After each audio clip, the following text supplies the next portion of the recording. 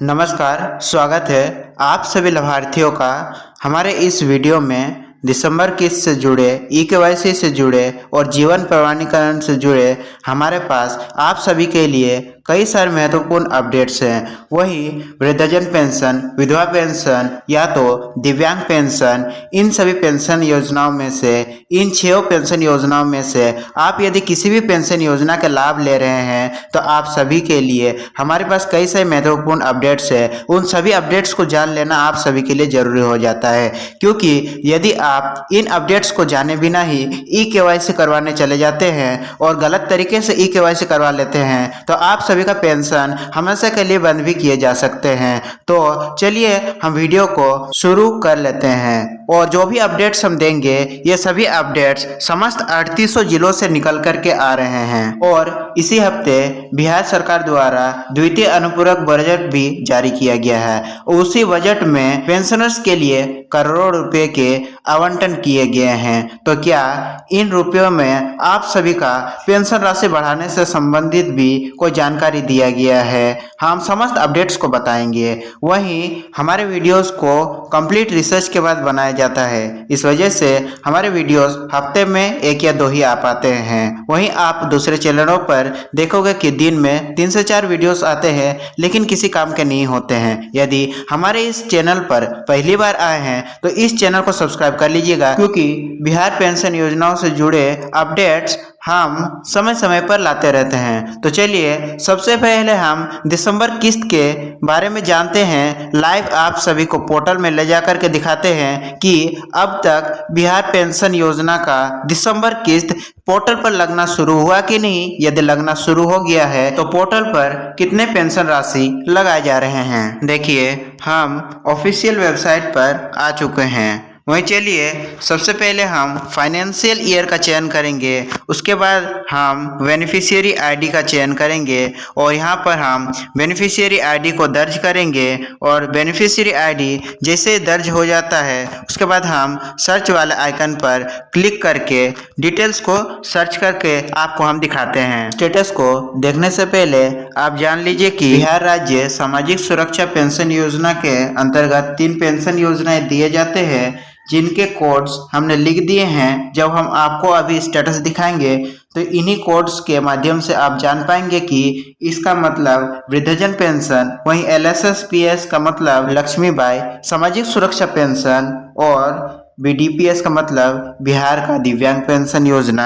और वहीं नेक्स्ट जो पेंशन योजना है वो इंदिरा गांधी पेंशन योजना है, जो केंद्र और राज्य सरकार दोनों ही सरकारों द्वारा वृद्धा, विधवा और दिव्यांग पेंशन दिया जाता है। तो चलिए हम स्टेटस को सर्च कर लेते हैं। देखिए स्टेटस को जैसे हमने सर्च किया तो सबसे पहले आप सभी को देखने को मिल रहा है जिले का नाम दिखेगा। उसके बाद आपको आपका ब्लॉक का नाम, पंचायत का नाम और लाभार्थी का ग्राम या गांव का नाम भी शो करने लगेगा। वहीं किस पेंशन योजना के तहत लाभार्थी का स्टेटस चेक किया जा रहा है उस पेंशन योजना का कोड वर्ड भी आपको देखने को मिलेगा। हम MVPY यानी कि मुख्यमंत्री वृद्धजन पेंशन योजना का स्टेटस को चेक कर रहे हैं। और वहीं आज के ताज़ा अपडेट के अनुसार पोर्टल पर लास्ट 4 दिसंबर 2025 तक के अपडेट किए गए हैं। भले आज 6 दिसंबर है जब हम ये स्टेटस चेक कर रहे हैं, आपको हम डेट भी दिखा देते हैं। आप देख भी सकते हो कि आज 6 दिसंबर यानी कि सैटरडे है, फिर भी पोर्टल पर 4 दिसंबर तक के अपडेट किए गए हैं। वहीं इस पोर्टल पर दिखाया जा रहा है कि सितंबर माह का किस्त का भुगतान किया जा चुका है, वो भी सक्सेसफुली, और अक्टूबर माह का भी किस्त लाभार्थी को सक्सेसफुली प्राप्त हो चुका है। वहीं नवंबर माह का किस्त जो अभी दिसंबर माह में मिलने वाला है, अभी तक इस लाभार्थी के पोर्टल में नहीं लगाया गया है। तो देखते हैं क्या अन्य पेंशन योजनाओं के पोर्टल में भी सेम यही अपडेट शो हो रहे हैं या फिर अन्य लाभार्थियों के पेंशन योजनाओं के पेमेंट को लगाए गए हैं। जैसा कि आपने मुख्यमंत्री वृद्धजन पेंशन योजना का स्टेटस देखा, लास्ट अक्टूबर तक का किस्त नवंबर महीने में दिया गया है। अभी तक पोर्टल में दिसंबर माह का किस्त लगाया नहीं गया है। जब तक नहीं लगाया जाता है तब तक हमें ये पता नहीं लग पाएगा कि दिसंबर में अनुपूरक बजट पेश होने के बाद कितना पेंशन राशि लगाया जा रहा है। वहीं इंदिरा गांधी वृद्धजन पेंशन योजना, जिनका भी आयु 80 वर्ष से ज़्यादा है, उनका भी पेंशन राशि अभी नवंबर महीने का किस्त नहीं लगाया गया है। वहीं इंदिरा गांधी वृद्धजन पेंशन योजना का पेमेंट, जिनका भी आयु 79 वर्ष या फिर 60 वर्ष से ज़्यादा है, उनका भी पेमेंट अभी तक नहीं लगाया गया है। वहीं लक्ष्मीबाई सामाजिक सुरक्षा पेंशन योजना का भी सेम स्टेटस है, जो कि इन पेंशनर्स का भी नवंबर महीने का किस्त नहीं लगाया गया है। इंदिरा गांधी विधवा पेंशन का पेमेंट भी अभी तक नवंबर महीने का किस्त दिसंबर में नहीं लगाया गया है। बिहार का दिव्यांग पेंशन योजना का राज्य सरकार वाला पेंशन राशि अब तक नहीं लगाया गया है और वहीं इंदिरा गांधी दिव्यांग पेंशन योजना का भी पेमेंट अभी तक पोर्टल में नहीं लगाया गया है। तो चलिए जानते हैं आखिर कब तक आप सभी का पेंशन राशि पोर्टल पर सक्सेसफुली लगाया जाएगा। बिहार पेंशन योजना दिसंबर 2025 की महत्वपूर्ण अपडेट और समस्त अपडेट इसी पेज पर आप सभी को देखने को मिलेगा। देखिए, बिहार पेंशन यानी कि ई-केवाईसी से रिलेटेड सबसे पहले हम महत्वपूर्ण जानकारियों को देखते हैं। 4 दिसंबर 2025 से ही सभी पेंशन धारकों की ई-केवाईसी प्रक्रिया शुरू कर दी गई है। वहीं सरकार द्वारा दिसंबर के दौरान पूरे राज्य में पंचायत स्तर तक विशेष अभियान चलाया जा रहा है। आप में से काफी ऐसे लाभार्थी ऐसे होंगे जो सोच रहे होंगे कि ई-केवाईसी करवाना अनिवार्य क्यों है। क्या हम यदि ई-केवाईसी नहीं भी करवाते हैं तो क्या काम चलने वाला है? क्या 2026 में जैसे 25 में पेंशन राशि आ रहा था, 2026 में भी क्या बिना रुके पेंशन राशि आ पाएगा? सरकार ये सुनिश्चित करती है कि जो भी पेंशन की प्राप्त करता है, जो भी पेंशन धारक है, वो जीवित है या ऐसे ही वे उसके खाते में पेंशन राशि को ट्रांसफर करते जा रही है। इसीलिए 2 चीजें सरकार लगातार बेसिस पर करती है। पहला ई-केवाईसी और दूसरा जीवन प्रमाणीकरण। ये दोनों ही चीजें करना बहुत ज़्यादा जरूरी है और इन दोनों ही चीज़ों के डेडलाइंस भी हमारे पास आ चुके हैं। इनके डेडलाइंस क्या है हम आगे बताएंगे। वहीं धोखाधड़ी को रोकने के लिए भी ई-केवाईसी किया जाता है। यानी कि आपने देखा होगा कि ई-केवाईसी आधार बायोमेट्रिक द्वारा यानी कि आपके फिंगर द्वारा ही किया जाता है और जब तक आप अपना फिंगर नहीं लगाएंगे तब तक आपका पेंशन राशि कोई भी बैंक खाते से नहीं निकाल सकता। वहीं बढ़ी हुई राशि जो भी यदि आगे बढ़ाया जाएगा वो राशि प्राप्त करने के लिए भी ये ई-केवाईसी जरूरी हो जाता है। अगर ई-केवाईसी नहीं होगी तो पेंशन तुरंत बंद कर दी जाएगी। यह भी सरकार द्वारा बताया गया है। अच्छा, ई-केवाईसी के लिए आपको कौन कौन से आवश्यक दस्तावेज तैयार रखने हैं? देखिए, आधार कार्ड या फिर आपका लाभार्थी संख्या भी आप तैयार रख सकते हैं। बैंक पासबुक जो डीबीटी से लिंक होना अत्यधिक इम्पोर्टेंट है। यदि आपका खाता अब भी डीबीटी से लिंक नहीं है तो ई-केवाईसी करवाने से पहले आप खाता को डीबीटी से जरूर लिंक करवा लें, उसके बाद ही आप ई-केवाईसी करवाने के लिए जाएं। वहीं आधार से लिंक मोबाइल नंबर भी आपको वहां यदि मांगा जाए तो देना होगा। आप आधार लिंक्ड मोबाइल नंबर देंगे तो उस पेंशन योजना से जुड़े यदि भविष्य में कोई अपडेट्स देना होगा तो सरकार उसी मोबाइल नंबर के जरिए देगी। वहीं वोटर आईडी या फिर अन्य पहचान पत्र का यदि आवश्यकता है तो आपको वो भी देना होगा और जन्म तिथि का सर्टिफिकेट यदि आपके पास हो तो आप दे सकते हो, वैसे ये कोई इम्पोर्टेंट नहीं है। और राशन कार्ड भी यदि आपके पास उपलब्ध हो तो आप दे सकते हो। सबसे महत्वपूर्ण, आप ई-केवाईसी किस प्रकार से करवा सकते हैं? तो देखिए, सीएससी यानी कि कॉमन सर्विस सेंटर के माध्यम से आप करवा सकते हैं। अपने गांव या नज़दीकी सीएससी सेंटर पर आप जाएं, वहां पर बायोमेट्रिक यानी कि फिंगरप्रिंट सत्यापन होगा और सीएससी संचालक द्वारा आपका ई-केवाईसी का प्रोसेस पूरा किया जाएगा। तो चलिए हम स्टेप बाय स्टेप प्रोसेस भी दिखा देते हैं कि किस प्रकार सीएससी संचालक आप सभी का ई-केवाईसी करेंगे। तो देखिए, सबसे पहले सीएससी वाले सीएससी लॉगिन पर क्लिक करेंगे।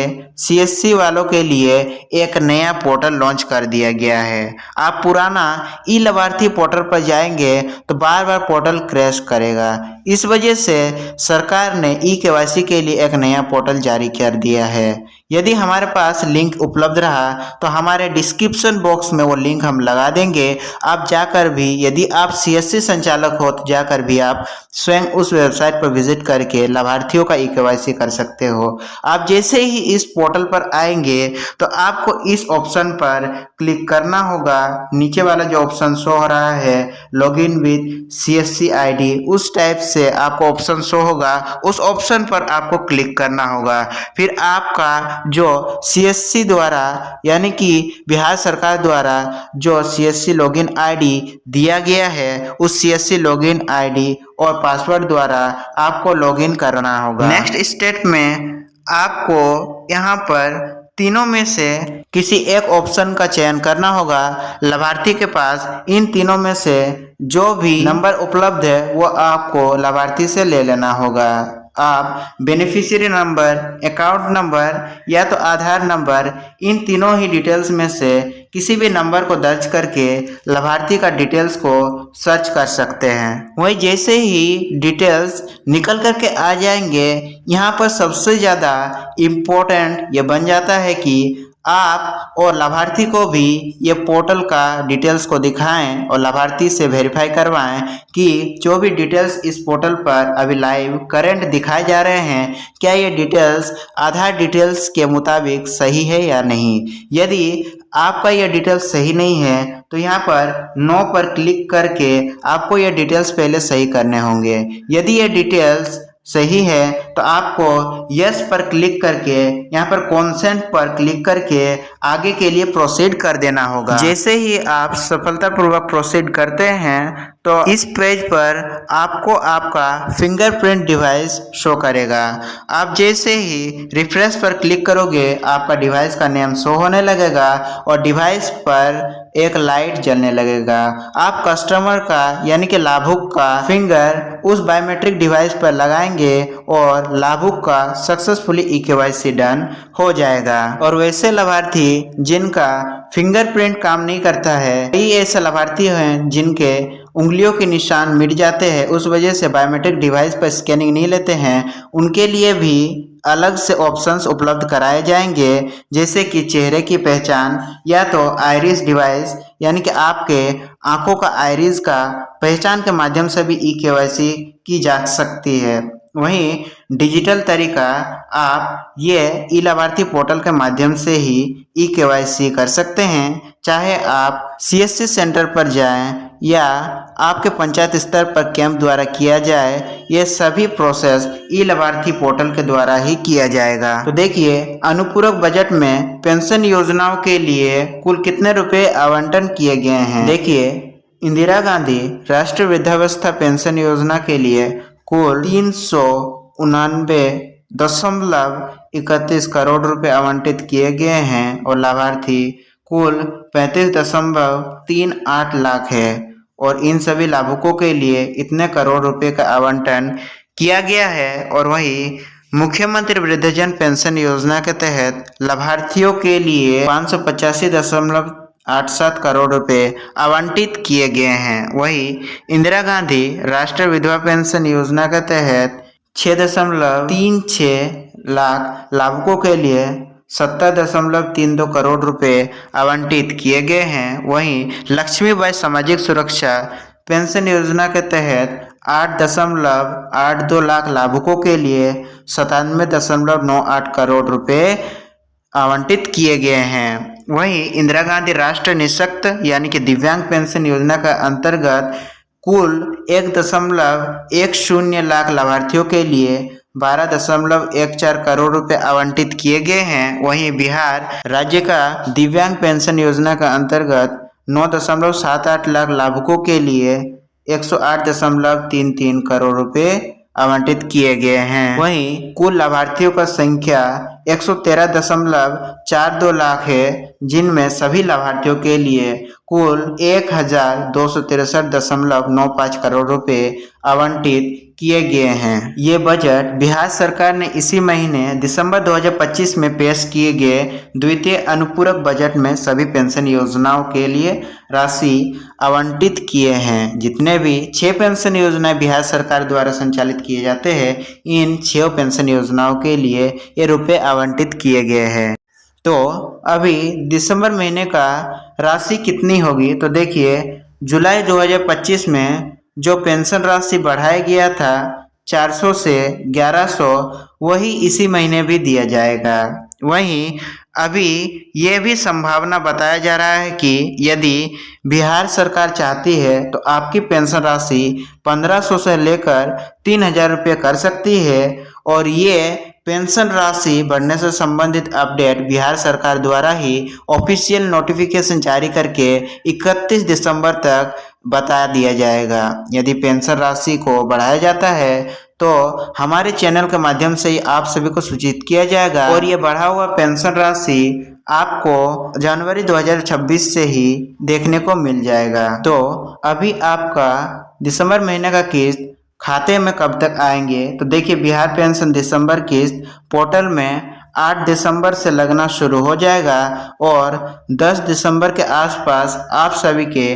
बैंक खाते में आना शुरू भी हो जाएगा। 2 से 5 दिन आगे पीछे हो सकता है, क्योंकि बिहार में कुल 1 करोड़ से भी ज़्यादा लाभार्थी होने की वजह से पेमेंट में कई बार 1-2 दिन की देरी भी हमने पूर्व में कई बार देखा है। वहीं जीवन प्रमाणीकरण क्या है और कब तक करवा सकते हैं, ई-केवाईसी के बारे में तो आप सभी ने जान लिया। अब जानिए कि जीवन प्रमाणीकरण क्या है और ये क्यों जरूरी है। देखिए जीवन प्रमाणीकरण या आप इंग्लिश में लाइफ सर्टिफिकेट भी बोल सकते हो, इसके द्वारा सरकार को प्रूफ मिलता है कि पेंशन लेने वाला व्यक्ति अभी जिंदा है, ताकि पेंशन गलत तरीके से ना जाए। यानी कि जिस मोटिव से आपका ई-केवाईसी किया जाता है उसी मोटिव से जीवन प्रमाणीकरण भी किया जाता है और ये दोनों ही चीज़ें इस महीने करवाना बहुत ही ज़्यादा इम्पोर्टेंट बन जाता है। इसे हर साल देना पड़ता है, यानी कि डिजिटल जीवन प्रमाण ऐप से ऑनलाइन या आप CSC, बैंक पोस्ट ऑफिस या तो ब्लॉक ऑफिस पर भी ऑफलाइन जा कर के ये प्रमाण पत्र जमा करवा सकते हैं। वहीं आप देखिए बिहार में 1 करोड़ से ज़्यादा पेंशन धारकों को 31 दिसंबर डेडलाइन तक लाइफ सर्टिफिकेट जमा करने का नोटिस दिए गए हैं, वरना पेंशन आप सभी का रुक सकती है। यानी कि 31 दिसंबर 2025 तक आपको ई-केवाईसी और जीवन प्रमाणीकरण ये दोनों ही चीज़ें करवाने होंगे। ई-केवाईसी और जीवन प्रमाणीकरण से रिलेटेड आपके मन में अब भी यदि कोई भी डाउट रह जाता है तो हमारे नीचे कमेंट सेक्शन में लिखना ना भूलिएगा। हम मिलेंगे आप सभी से अपने नेक्स्ट अपडेट वीडियो के साथ। तब तक के लिए धन्यवाद।